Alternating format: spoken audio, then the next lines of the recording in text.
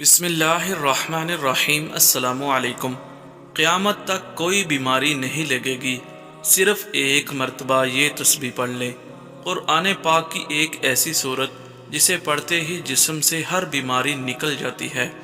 آپ صلی اللہ علیہ وآلہ وسلم کا ارشاد باری ہے، جو شخص روزانہ صبح اور شام اس دعا کو پڑھتا ہے، بسم اللہ الذی لا یضر مع اسمہ شیء فی الارض ولا فی السماء وہو السمیع العلیم، تو کوئی بھی چیز اسے نقصان نہیں پہنچا سکتی۔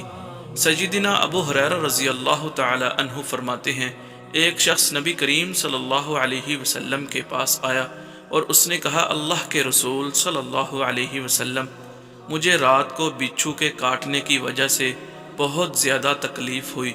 تو آپ صلی اللہ علیہ وآلہ وسلم نے فرمایا، اگر تم شام کے وقت یہ کلمات کہہ دیتے، اعوذ بکلمات اللہ التامات من شر ما خلق، تو تمہیں وہ نقصان نہ پہنچاتا۔ آپ صلی اللہ علیہ وآلہ وسلم کا ارشاد باری ہے، تم صبح اور شام کے وقت 3 قل یعنی قل هو اللہ احد، قل اعوذ برب الفلق، قل اعوذ برب الناس 3 بار پڑھا کرو، یہ تمہیں ہر چیز سے کافی ہو جائیں گے۔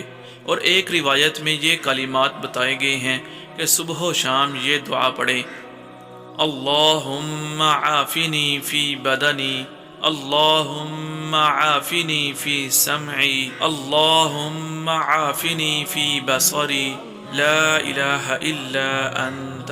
اللہ تعالیٰ سے دعا ہے اللہ پاک ہم سب کو اور ان تمام مسلمانوں کو جو گھروں میں اور ہسپتالوں میں بیمار ہیں، ان کو شفائے کاملہ عطا فرمائے۔